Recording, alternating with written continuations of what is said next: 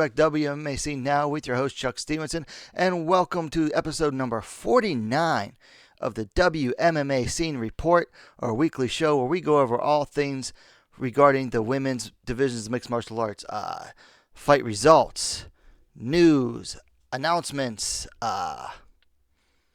upcoming fights, everything. You name it, we're going to talk about it. Tonight's special discussion topic is going to be, Liz Carmouche, how the UFC pretty much, they did her dirty, what her options are, and stuff like that. But first, we're going to get into, as always, recent fight results. So first up on Friday, December 6th, was one championship mark of greatness, two ladies bouts. First up was at 135 pounds, it looks like. Rayan Bastos defeated Silvanari M by submission due to guillotine choke at 2 minutes 40 seconds of the first round. Bastos climbed to 4-0. M fell to 3-1. I don't remember if I made a pick for this one or not. Now, for the second fight on this female fight on this card, I definitely ate some shit here. Denise Zamboanga defeated Gian Radzwan in a strawweight contest via unanimous decision. Zamboanga climbed to 6-0. Radzwan fell to 5-2. Now, I picked Radzwan, and I said, there's no way I'm picking a fighter who had never beaten anyone with a single win on their record at the time. And I still stand behind that reasoning. It's just that I was wrong this time.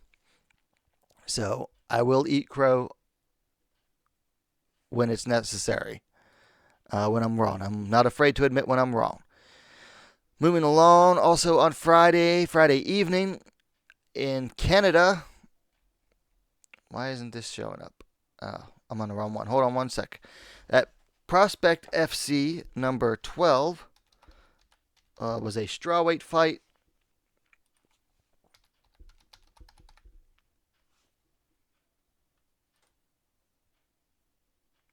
Let me just find it real quick here.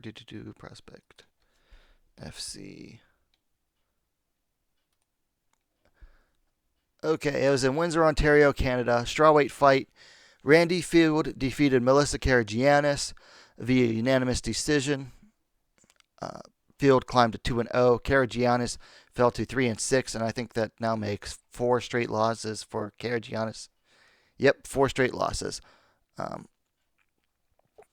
I don't know how you can watch this fight. I don't know if it's available out there. According to Karagiannis, she got robbed.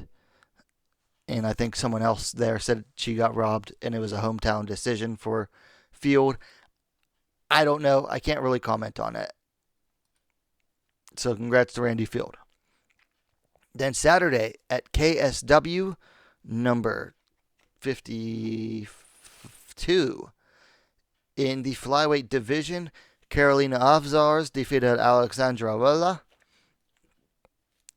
Why did I say that like it was Spanish? They're Russian, or Polish, rather. Anyway, Avzars defeated Rolla via submission due to triangle choke at 4 minutes 35 seconds of the second round. Avzars climbed to 3-0. Rolla fell to 3-1. From what I read online, this fight was very uneventful for the most part, pretty boring, and that Avzars was definitely the bigger fighter, which I mentioned last week that Rolla had fought at strawweight up until this point, and now she moved up to flyweight for this fight. So, anyway, moving along. First up Saturday night, Combate Americas 51. Tito versus Alberto. 2 ladies fights. First up at 120-pound catchweight. Dulce Garcia defeated Annalie Lopez Fernandez via submission due to guillotine choke, 2 minutes 47 seconds of the first round. Garcia climbed to 2-0. Lopez and Fernandez fell to 0-1. This fight was basically a drubbing. I mean, Lopez Fernandez looked like completely lost in there, honestly. And I did mention last week that I didn't see them giving Dulce a fight where she was at risk of losing. They're putting a lot into her because she's a Mexican lucha libre pro wrestling star. So it pretty much turned out that way. And then in the co-main event, the first ever Combate Americas Women's Championship at strawweight, Melissa Martinez defeated Dirty Desiree Yanez via split decision. Martinez climbed to 7-0. Yanez fell to 5-2. Now, I couldn't really watch this fight because I was driving home. I had it playing on my phone, but it was on the other seat. I did see a lot of people complaining about this fight, about the result. Some people thought Yanez deserved it. And then I also saw where I guess they allowed Martinez to put a shirt on, or she went from her sports bra to putting a rash guard on between rounds at some point, which was weird as heck. Anyway, if I didn't mention it, Martinez climbed to 7-0. Yanez fell to 5-2. Not really surprised by the result, but I mean, yeah, Martinez was going in there as a heavy favorite and heavily favored by the promotion.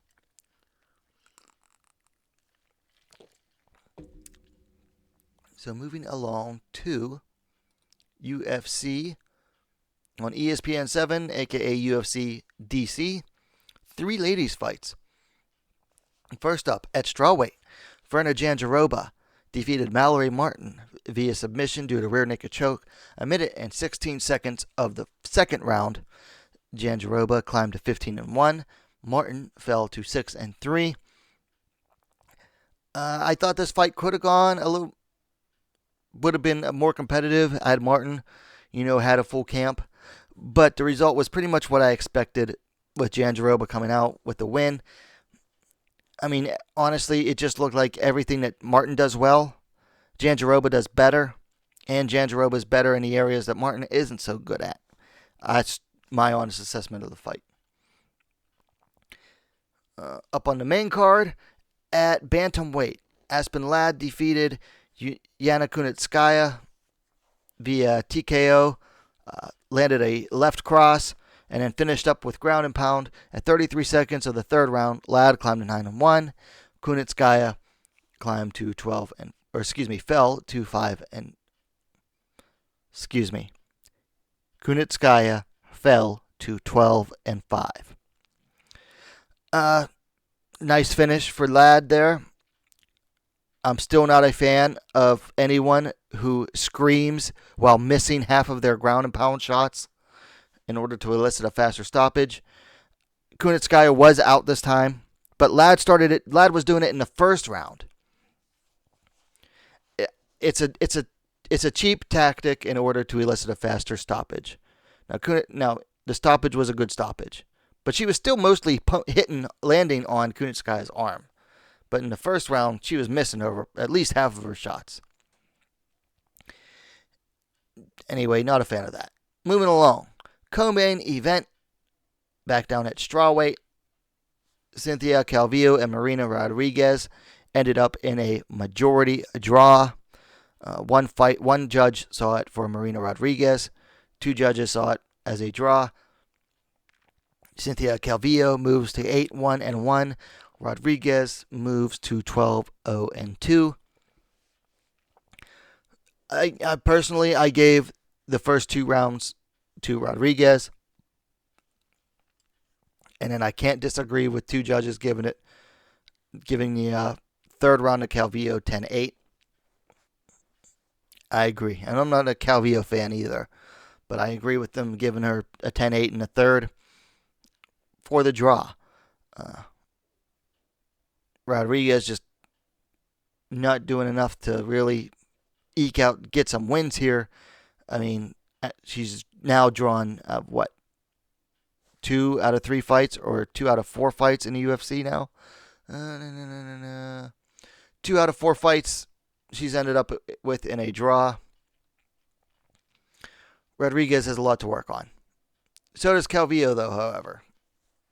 Particularly in the weight, which she says she's moving to the UFC PI, or she's going to work with the UFC Performance Institute to work on that. Personally, I think just move up to flyweight already. Anyway, moving along to Sunday. First up at Gratchen, 41.5. Miki Nakamura defeated Megumi Koshigi, I believe it is the name, via decision. This was at atomweight. I don't think the fight's online anywhere that I could see. And then finally, on Sunday, Pancrase 311 had 3 ladies' fights. First up at strawweight, Karen Date defeated Diana via unanimous decision. Date moved to 1-0. Diana fell to 0-1. Very impressive performance there by Karen Date. Very aggressive, not your typical Date fighter. I mean, if you've watched some of the Date ladies fight before, you'll know what I mean. They're very passive. They like to throw kicks. They'll tend to move forward but not throw any strikes, waiting for the opponent to do something. They're trying to draw out the counter. Karen Date was aggressive. I mean, very aggressive. Elbows in the clinch were very nice.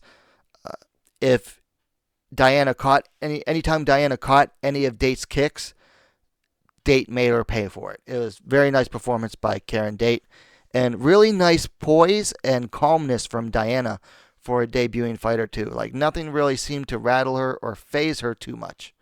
She just has to work on a lot, particularly in her striking, needs to work on her distance control. And then at flyweight, Maria Suzuki defeated Nori Date via split decision. Suzuki climbed to 2-3. Date fell to 3-4. And this is one of those, there's always like a contrarian judge, because I don't know what that judge saw to give 2 rounds to Nori Date. Suzuki was the aggressor. Suzuki was landing more strikes. Suzuki was landing really the harder strikes, particularly in the low kicks. Date was very much a Date fighter. Very passive. Actually was backing up a lot and was content to really land side kicks, particularly going for the head. And then she would overextend herself a little bit, and that's when Suzuki was able to come in, be aggressive, and land some more shots. So nice performance there by Suzuki. And for those 2 fights, I did a review video on those. So you can go check them out. And then in the main event, strawweight, Queen of Pancrase, title on the line, vacant. Technically the interim title, but let's be honest. The current title holder, Viviane Araújo, she's not going back to Pancrase anytime soon. She's on her way to title contendership in the UFC.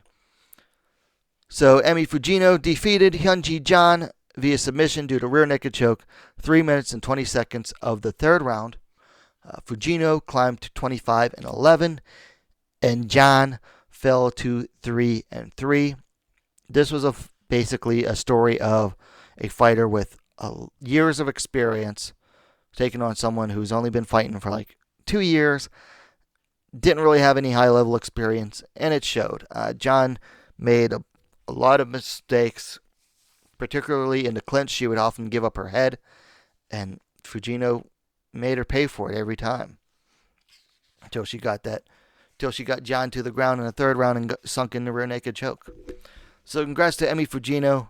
Finally, after over 36 fights, she's now a champion. Longtime WMMA veteran Fujino. Okay, so that was the fights for this past weekend. So let's move on to the news. Short news week. Only 2 real fight announcements. First up, Bellator Dublin, February 22nd. Dublin, Ireland, of course. They announced a featherweight fight between Leah McCourt, who is 3-1, taking on Judith Ruiz, 6-4. I like what I've seen from McCourt so far. I don't remember Ruiz's Bellator fights. I think she might have had only one, possibly two.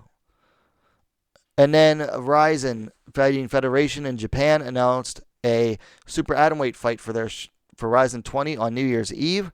Miyu Yamamoto 5-4 taking on Suwanon Amp the Rocket Boonsorn at 4-2.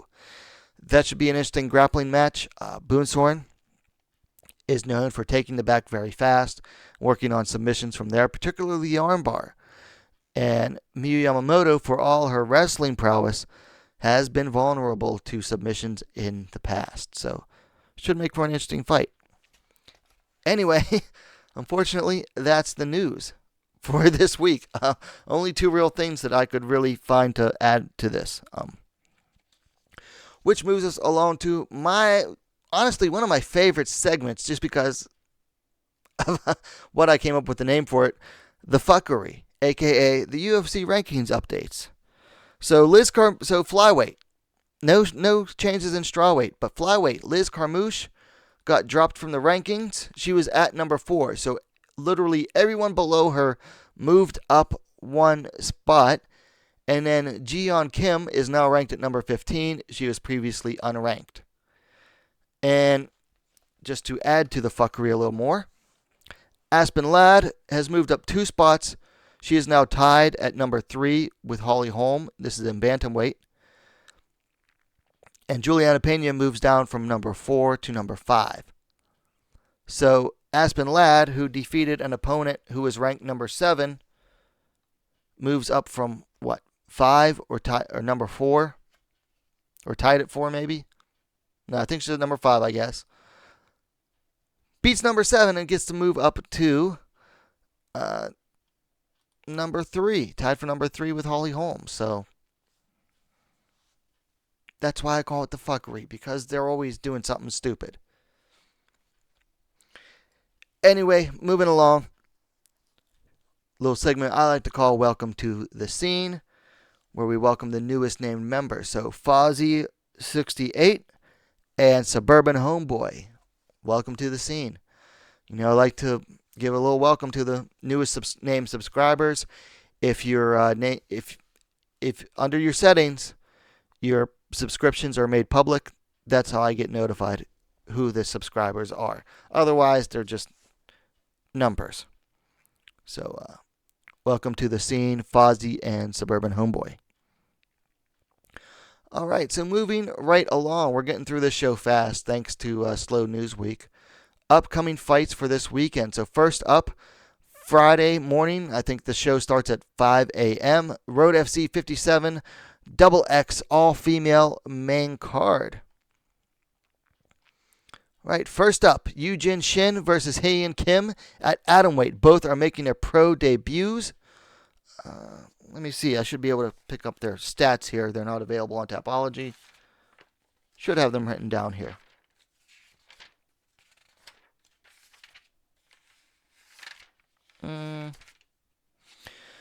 Okay, Yujin Shin is 15 years old to Haeyeon Kim's 16 years of age. Looks like Shin is going to be 1 inch taller, 5 feet 1 inches, 150 centimeters, to Kim's 5 feet 155 centimeters. I just don't know enough about these two to make a pick on them. They've both been fighting through the amateur ranks, I guess, in Road FC's Central League Amateur League. I do know Yujin Shin was selected at the Road FC Open Tryouts back in June, I believe. So that's those two. That's the atomweight bout. Moving along, a flyweight kickboxing fight. Ha-Jon Park, who I believe is 10-0 in kickboxing. Or no, 8-0 in kickboxing, according to Road FC's website. She is 1-1 in MMA. Hyunju Oh is, according to Road FC's website again, 10-3 in kickboxing. Now, statistics-wise, I don't have an age available for them. Park is going to be taller fighter, 5 feet 6 inches, 172 centimeters, Two O's, 5 feet 3 inches, 163 centimeters. Normally, I wouldn't talk about a kickboxing fight, but because it's an all-female card, I'm just going to include it. I'm not making a pick on this one either. Sorry, guys.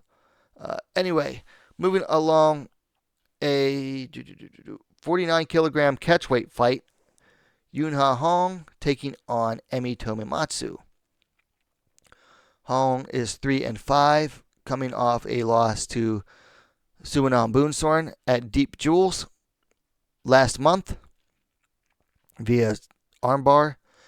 Emi Tomimatsu is coming off a decision loss at the same Deep Jewels card last month to Tomo Maesawa. She challenged for the Deep Jewels atomweight belt. Tomomatsu is not only the much more experienced fighter, she's also the older fighter at 37 years to Hong's 30. Hong is going to be the slightly taller fighter, 5 feet 3 inches, 160 centimeters, to Tomomatsu's 5 feet 1 inches, 156 centimeters. This is a fight where it really is going to come down to where the fight goes. Tomomatsu is definitely better on the feet. She's got some decent boxing. She will mix it up, body to the head and the body. Hong, when striking, tends to load up on her power hand, and she misses it a lot of times. On the ground, I'd say they're honestly about even. Now, Tomomatsu is a brown belt in BJJ. Hong is a purple belt. My pick, I'm going with Tomomatsu. I just think she has the overall more experience. She's been in there with stronger fighters. Hong, though, is tenacious. I will give her that, and she comes into a fight yoked. I mean, she's got some broad shoulders for a little chick. But I'm going with Tomomatsu on this one. Moves us along to another catchweight bout. There's like 3 straight catchweight bouts on this card. A 60 kilogram catchweight bout between Rowan Pilger and Yukari Nabe.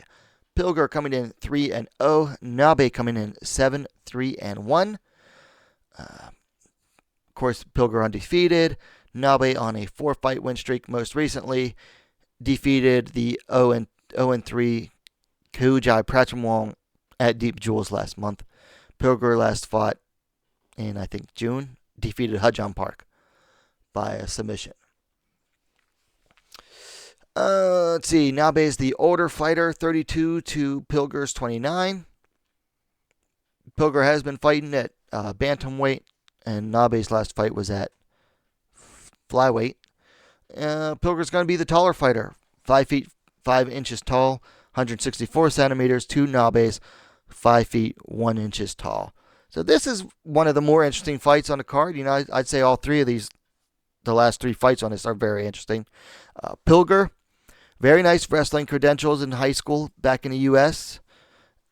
Nabe studied, she's Japanese, but she majored in judo at a Korean university. So, yes, you can actually major in judo in Korea and Japan at some schools. Took a drink here. I like what I've seen from Pilger so far. She's very aggressive. Haven't gotten to see much of her on the feet. She's very quick to take her opponents down, start landing some ground and pound, and go for the finish. Nabe is also a finisher. Her last 2 wins have come by submission, or no, one by submission, and the other by TKO. I'm going with Pilger on this one. Yes, she's less experienced. However, she's, looking at Nabe's last win was against, well, she got to crush a can, basically. Pilger's going to be a live body. And so I'm going with Pilger on this one. Co-main event. Minus 50 kilogram catch weight. That's 110 pounds. Another catch weight for whatever reason. Both of these fighters last fought at atom weight. But whatever. Su-Yeon Lee versus Min Shi. Lee coming in 1-0. Shi coming in at 6-3. Excuse me. She is coming off a loss last December to Yuri Shim via TKO due to knees. Lee is coming off her successful pro debut over the more experienced Yeji Lee. Both fighters are the same age at 25 years. Both last fought at atomweight, as I said. Lee is 1 inch taller, 5 feet 4 inches, 162 centimeters, to 5 feet 3 inches, 160 centimeters for Min Shi. This is a tough call to make. You know, Min Shi has more experience. However, Lee is coming off a win over a fighter with more experience. Also, if you look at Min Shi's record, the only time her 3 losses, well, 2 of her 3 losses were the only time she fought a fighter with more experience than her. I mean, her best win is arguably against Shiho Harada last August, and Shiho Harada was 0-1. All of her other wins were against debutantes. So right up until now, she was what? 5-2 when she took on Shiho Harada. Those 5 previous wins were against, someone who hadn't fought before. So it's a tough one, but Su-Yeon Lee, her team trained her very well in how to beat Yeji Lee, and it helped that one of her training partners was a former teammate of Yeji Lee's. But I think that her coaches are going to be able to prepare her very well to beat Min Shi as well. So my pick is with Su-Yeon Lee. And then finally, the main event at atomweight, 105 pounds. Jung-Eun Park taking on Yuri Shim. Park coming in 6-1. Shim 5-2. Park's riding two straight wins. Submission over Eunhye Kim back in June, July. And then a TKO over Emi Sato last month at Deep Jewels. Shim riding a 3-fight winning streak. Defeated Erika Suzuki via TKO. So-hee Lim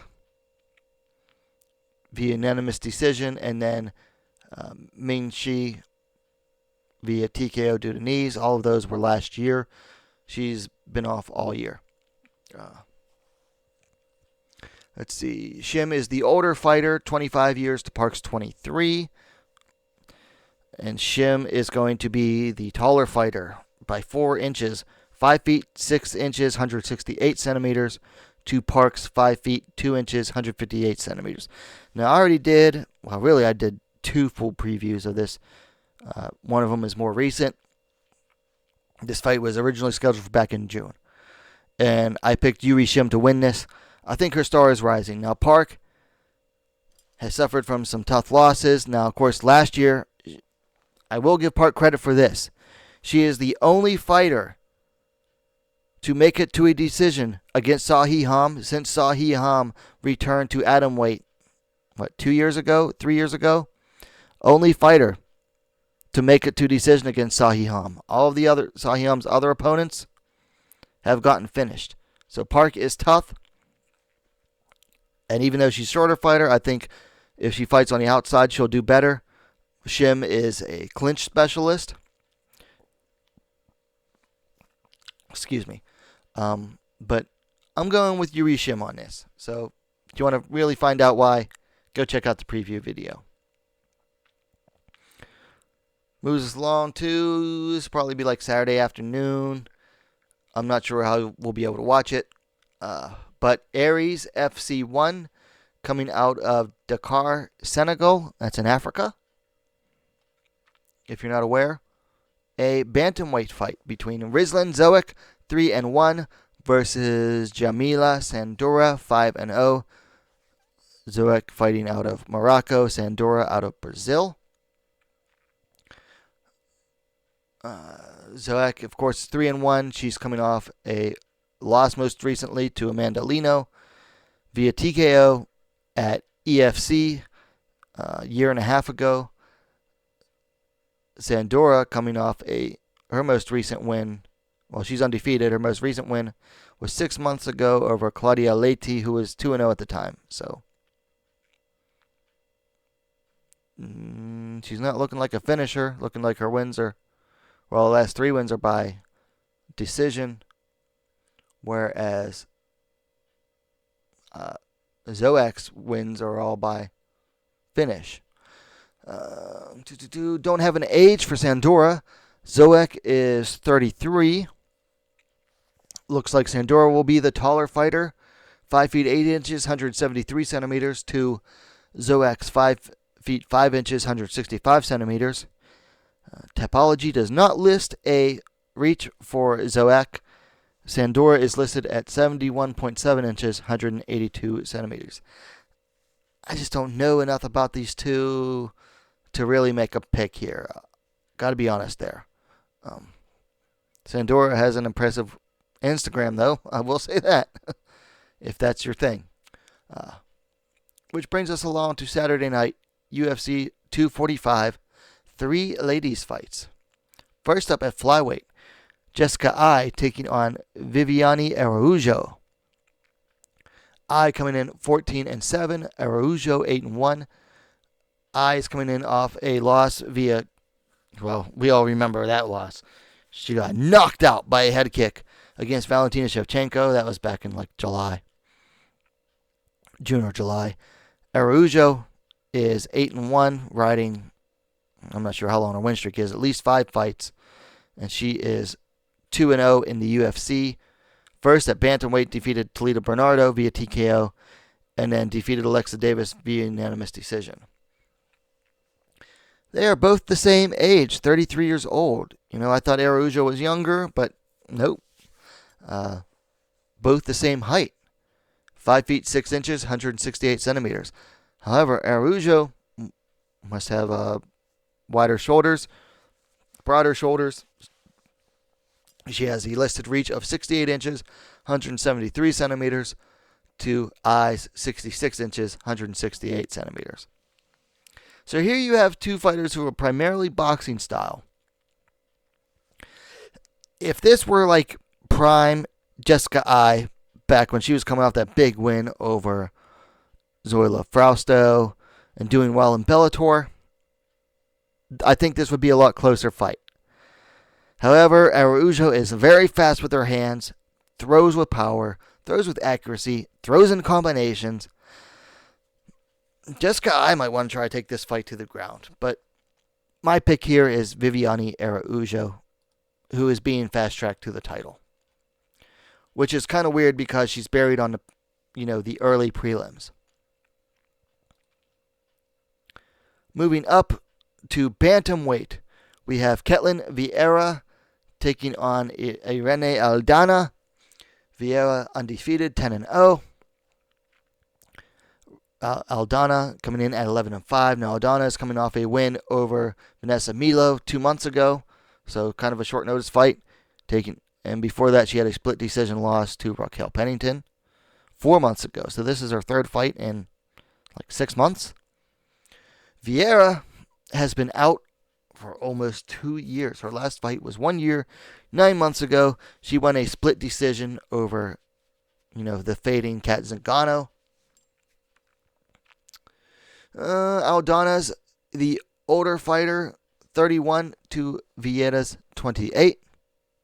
She'll be slightly taller, 5 feet 9 inches, 175 centimeters, to Vieira's 5 feet 8 inches, 173 centimeters. The reach gets reduced to a half inch, 68.5 inches for 174 centimeters for Aldana, to 68 inches, 173 centimeters for Vieira. Now, this fight comes down to What kind of shape is Vieta in? Is she fully recovered from her injuries? Because she's been out for a long time. How will the ring rust affect her? And I believe it was knee surgeries that got in her way. Can she get Aldana down? So, if Aldana can keep it on the feet, I have no problem picking her. If Vieta gets it to the ground, though, I can definitely see her winning. I think she'd have to do it for all 3 rounds. I don't see her finishing Aldana. Aldana's tougher to finish than Kelly Fash-Holtz, or I would even say Sarah McMahon at this point. Those were her 2 finishes in the UFC, were for Vieta. Her other wins were decision over Ashley Evans-Smith and a split decision over Zingano. So if it goes to the ground, Vieta takes it. If it stays standing, I see Aldana taking it. My personal pick, and this is the one I am least sure about this weekend, I'm picking Aldana. And that might be my favoritism. I am a big fan of her. That might be clouding my judgment. But that ring rust, it's real. So I'm going with Aldana to win. Finally, on this UFC card, and for the ladies, is the featured bout Bantamweight Championship. The reigning defending champion, Amanda Nunes, defending against Germaine de Randamie. This is the second time they have fought. They last fought back in 2013, I believe. So, with Nunes coming out on top in the first round via ground and pound. So, the Lioness coming in 18-4. The Iron Lady de Randamie coming in 9-3. GDR is the older fighter, 35 years to 31 for Nunes. And then she is going to have significant height and reach advantages over Nunes. 5 feet 10 inches, 177 centimeters tall for the Iron Lady.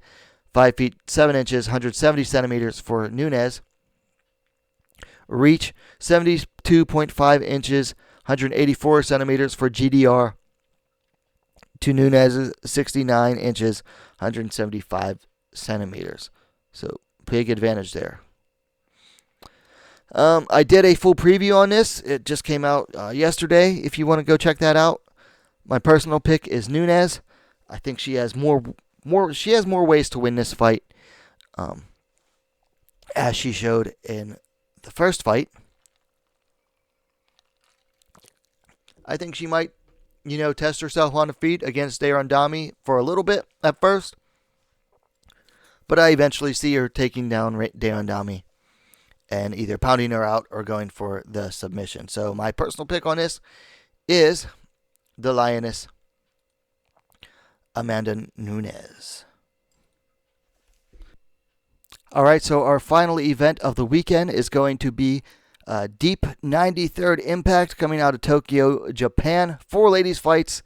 Nothing really impressive here. I'm going to go through them a little quick here. First up at super atomweight, 108 pounds.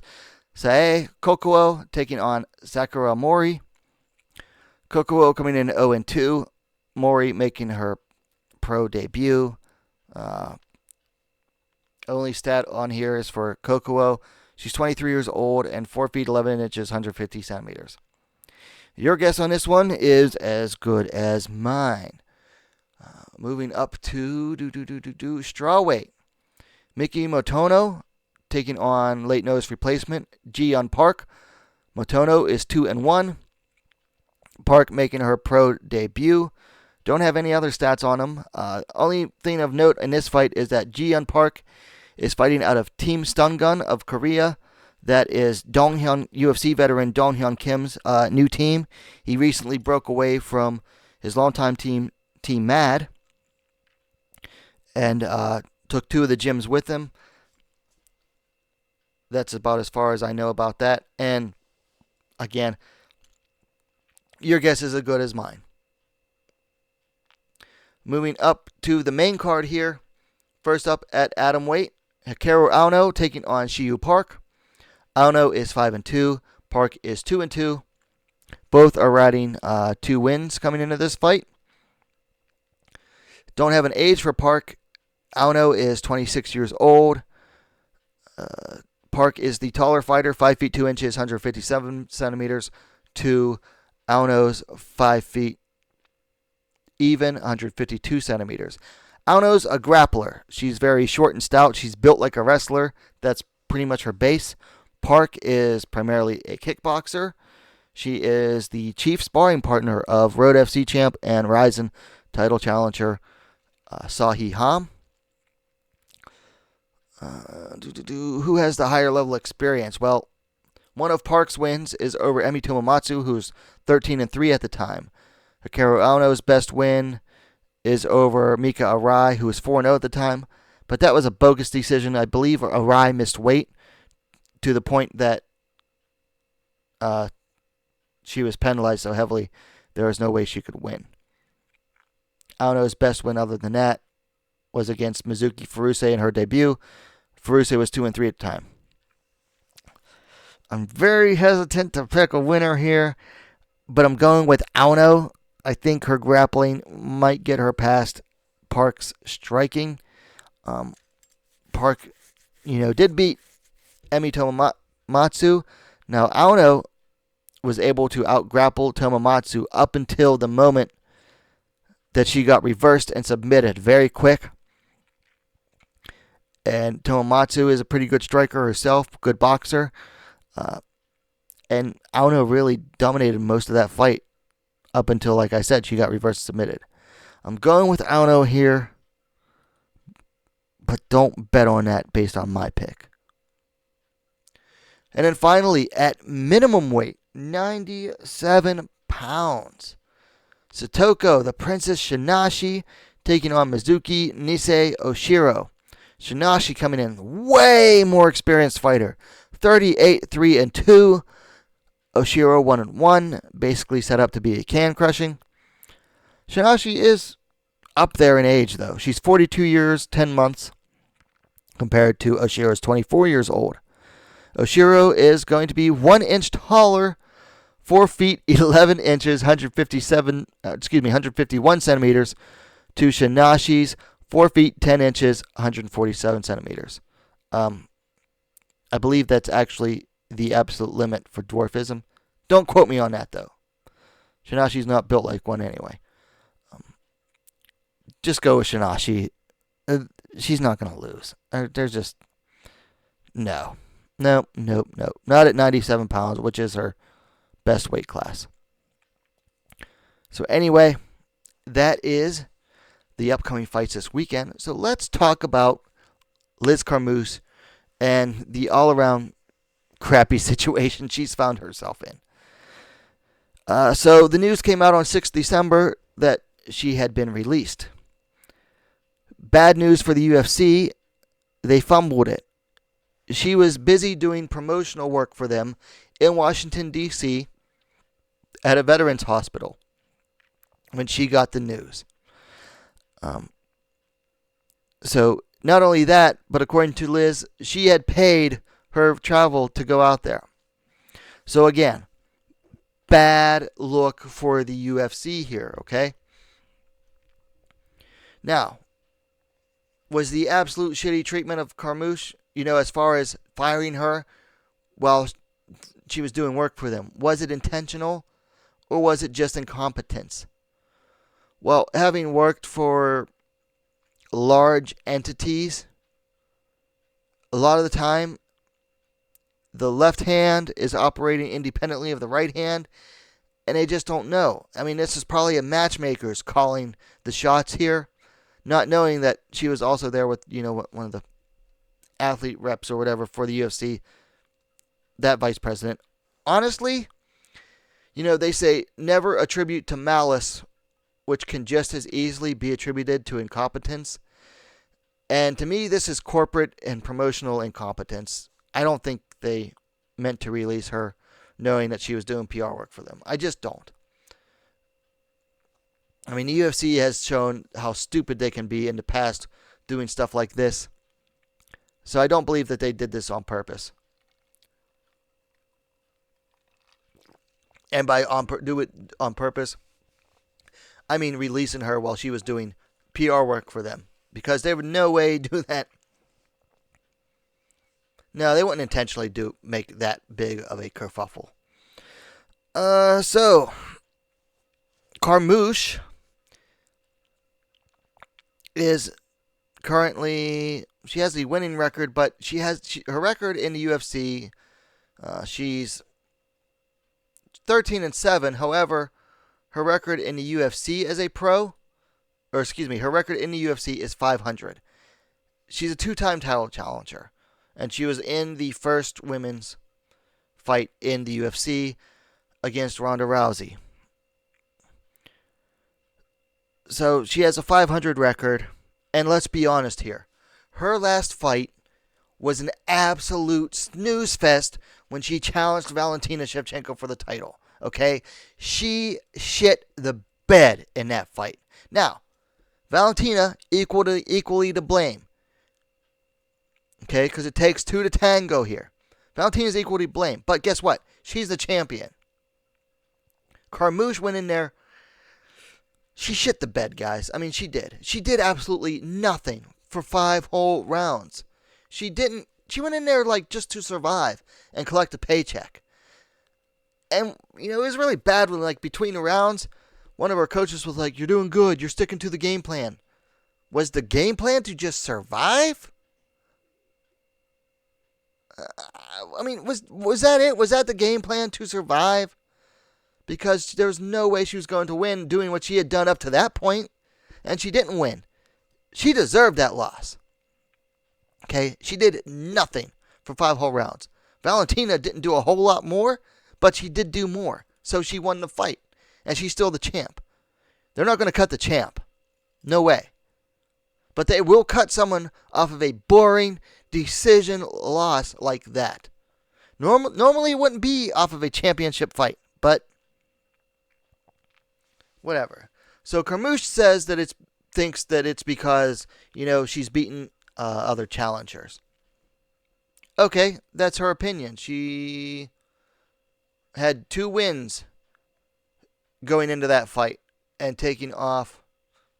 Before that, she had lost a split decision to Alexis Davis. Again, well, let's be honest here. If it's a Carmouche fight, it's a boring decision fight.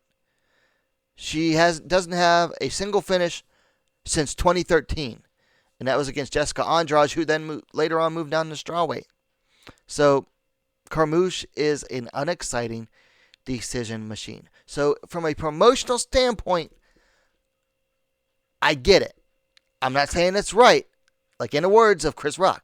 I'm not saying it's right, but I understand. All right? And the media types are all upset and they're all coming out in defense of Carmouche. And that's their prerogative. And they have a right to. And they're not necessarily wrong. But it's only, if you go on social media, it's only really the media types that are digging in. If you go under their comments in their posts, most of the fans are saying good. Or they're, at worst, they're disappointed. But most of them are not upset that Carmouche is gone in the least. So Carmouche is in a tough situation here. So where does Liz Carmouche go? The biggest candidate is Bellator. And here's where we get to the situation here. The current champ in Bellator at flyweight, Carmouche's weight class, is Ilima-Lei Macfarlane, training partner and pupil. Protege of Liz Carmouche, Ilima-Lei Macfarlane. Now, Ilima-Lei came off as really weird in interviews. She is saying that to fight Liz Carmouche would be a dream fight to fight her coach. Okay, I kind of understand that. But here's where it gets weird. Okay, here's where it gets really weird, and I just can't support it. Okay, first off, Ilima-Lei says she doesn't plan on fighting forever. You're 29. You turned 30 in April. Carmouche is already 35. So you're saying you plan on fighting even less time than Carmouche? Okay, that's weird in itself. Second of all, she said that it would be like her dream to lose her fight to Liz Carmouche. Like, she said if they fought, it would be a war. But she said if she had to lose to anybody, she would want it to be her mentor. And that would be like her dream fight, and then she could retire after that.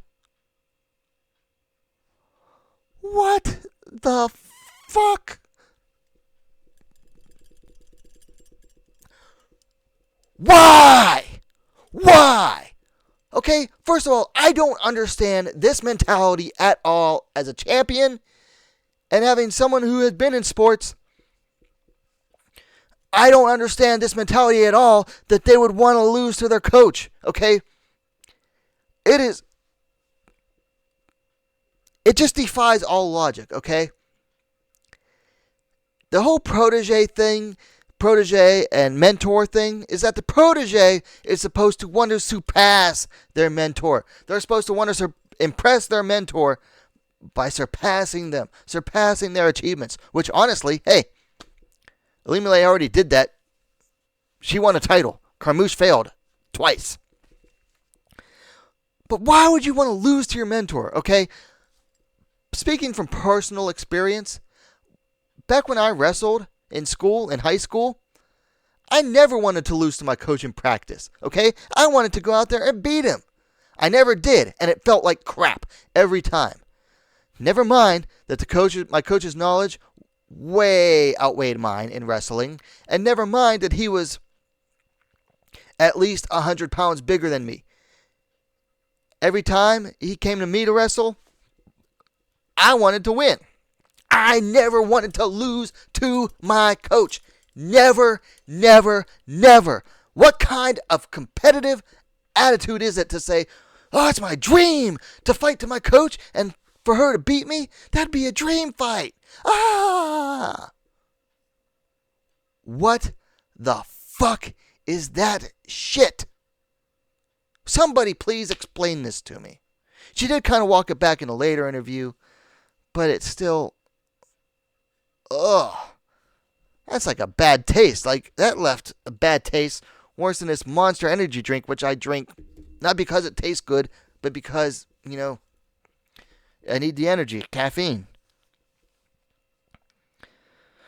So, speaking on the Bellator thing, Big Joe McCarthy and Josh Thompson, they have a podcast called Weighing In, and they talked about this. And while they said that they would like to see her in Bellator, they basically said that her place in Bellator would just be, where would she actually fit in?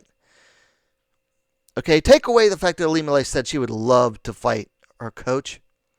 I don't see Bellator making that fight. Why would they want the more marketable Ilima-Lei to fight and possibly lose to Liz Carmouche, who is, as I said, boring? Why would they want her, Ilima-Lei, to risk a losing? Yeah, why would they want to risk Macfarlane losing to Carmouche? They've put way too much marketing into Ilima-Lei Macfarlane. Hell, they're already protecting her from Juliana Velasquez.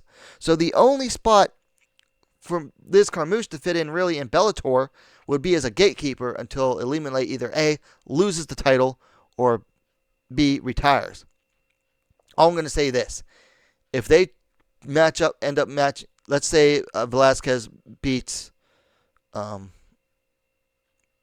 Ellen in December. If Macfarlane wins against Jackson and the next fight is not Velasquez versus Macfarlane, I'm going to flip out. I'm going to dedicate my time to trashing Bellator for that matchup. I'm going to dedicate a lot of time trashing that matchup. And God forbid they match up Velasquez against Carmouche in an attempt to protect Macfarlane. I'm going to go hard in the paint on Bellator. I don't believe in driving agendas on this channel. I try to keep this channel agenda free, but I will go full on agenda mode against Bellator's matchmaking if that happens. So where else could Liz Carmouche go? Bellator doesn't have a 135-pound division. She's not going to be big enough for featherweight, although half their featherweights are like bantamweights there anyway.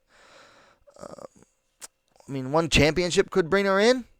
One championship has a 125-pound division.